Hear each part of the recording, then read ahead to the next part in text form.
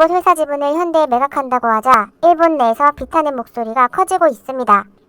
해당 회사는 2017년 구글 산하였다 소프트뱅크가 인수했던 보스턴 다이내믹스입니다.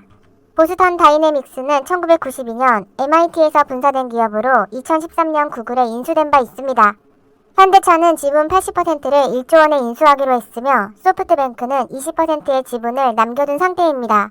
로이터는 손정희 회장이 현대차의 잠재력을 봤기 때문이라고 보도하고 있습니다. 소프트뱅크는 대당 7만 5천 달러인 로봇이 아직 수익을 내지는 못하고 있다고 시인한 바 있습니다. 이는 구글이나 소프트뱅크가 현대차와 같은 제조회사가 아니기에 시너지를 내기가 어려웠기 때문이라는 분석입니다. 하지만 손정희 회장은 현대차와 보스턴 다이내믹스의 미래는 매우 밝다며 기대감을 나타냈습니다. 이에 일본 네티즌들은 손 회장의 의도가 드러났다. 그는 일본의 발전에 기여할 생각이 없다. 현대차의 목표는 일본 도요타를 제치는 것이다. 그 상차림을 손 씨가 해버렸구나. 이런 식의 반응을 보이고 있습니다. 일본이 이렇게 손 회장의 반감이 큰 이유는 그가 제1교포 3세인 영향도 크게 작용하고 있습니다. 손 회장의 할아버지는 일제 시절 일본에서 광부로 일하며 어렵게 정착한 인물입니다. 손정희 회장 또한 1957년 일본 무허가 판자촌에서 태어났고 갖은 차별을 겪은 것으로 나타났습니다. 하지만 1981년 회사를 차려 100조 원이 넘는 돈을 굴리는 일본 최고 부호가 된 상태입니다. 그럼에도 소프트뱅크는 작년 16조 원이라는 창사 이래 최대의 적자를 낸 바 있습니다.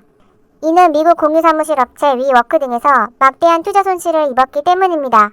소프트뱅크는 손실을 만회하기 위해 50조 원 규모의 자산을 매각하고 있습니다. 손정희 회장은 일본은 AI 후진국이라며 투자할 만한 기업이 없다고 선을 긋고 있습니다. 그런데 이런 상황에서 현대차의 지분을 팔며 미래를 공유하려 하는 것입니다. 현대차 회장은 미래에는 자동차 50%, 개인용 비행체 30%, 로봇 20%를 생산하게 될 것이라고 밝힌 바 있습니다. 우선적으로 보스턴 다이내믹스를 인수해 200조 로봇 시장을 잡는다는 계획입니다. 글로벌 로봇 시장은 올해부터 매년 32%씩 성장해 2025년에는 200조 원으로 확대가 예상되고 있습니다. 로봇은 애초 국방용으로 관심을 받았지만 점차 민수시장에서도 활용되는 추세입니다. 보스턴 다이내믹스의 로봇 스팟은 노르웨이 석유가스 탐사 임무에도 투입된 바 있습니다. 특히 위험지역 탐사용이나 3D 매핑, 건설 현장 모니터링 등에도 활용되고 있습니다. 그런데 현대차가 보는 것은 이를 뛰어넘어 인류의 행복과 이동의 자유를 실현하는 것입니다. 안전, 치안, 보건 등에 활용하며 장애인과 환자를 돕는다는 계획도 가지고 있습니다. 특히 시각장애인 안내견으로도 활용하는 방안을 강구하고 있습니다. 이전처럼 대형마트에서 출입을 거부당하는 사례도 피할 수 있을 것으로 기대하고 있습니다.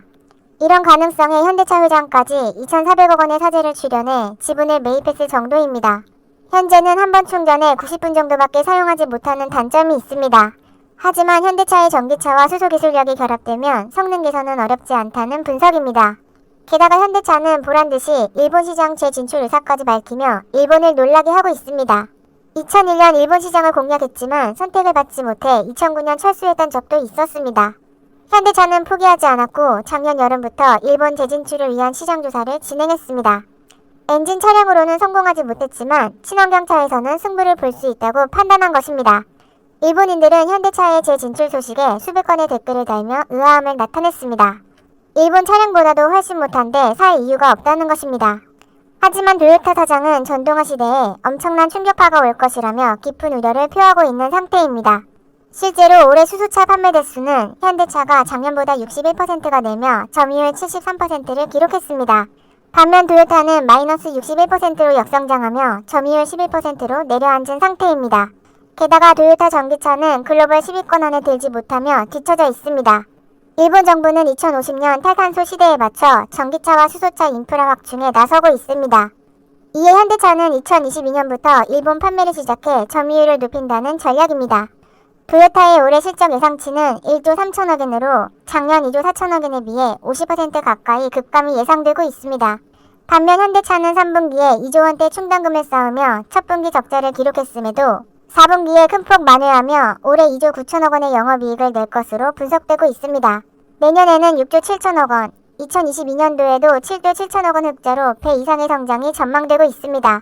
미래를 선점해 나가는 한국, 자국 기업마저 포기하는 일본. 과연 미래는 어떻게 흘러갈까요? 좋아요와 구독, 알림 설정은 컨텐츠 제작에 큰 힘이 됩니다. 지금